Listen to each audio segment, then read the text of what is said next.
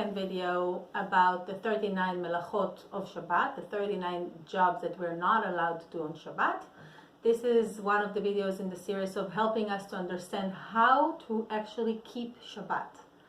And the second one that we're going to talk about is kind of the same family of also the first one.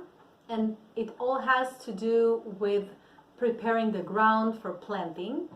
And with that we get to the second one, which is actually planting, or in Hebrew, Zor'a. And the meaning is causing plants to grow. So it's not just the actual action of, putting seeds in the ground. It also anything that prolong life of plants.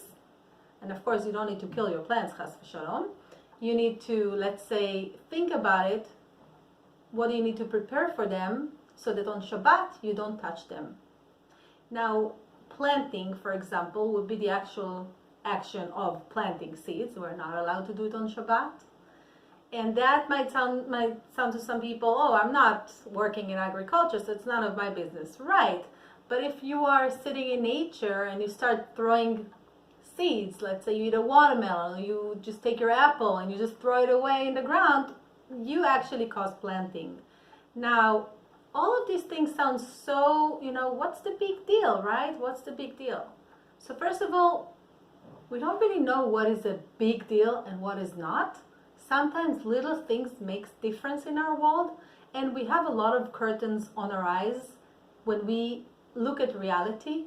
How many times people say, oh, how I was so blind, I didn't see, these things were like right in front of my eyes and I didn't see it. So we don't know always what is big and what is not. This is one of the things, this is one of the Melachot that Hashem, God, told Moses and the Israelites not to do on Shabbat.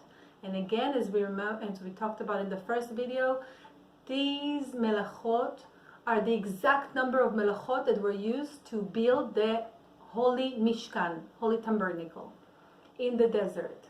And as for the rest of the days, we use, we go through negativity and we turn it into light, we transform it into light and positivity.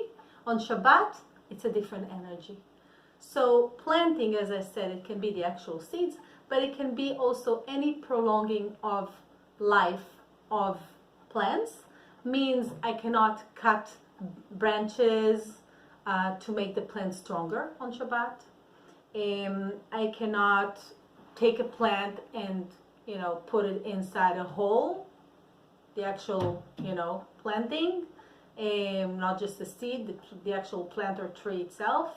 But also, and that's tricky, you cannot put plants or a bouquet inside a vase on Shabbat.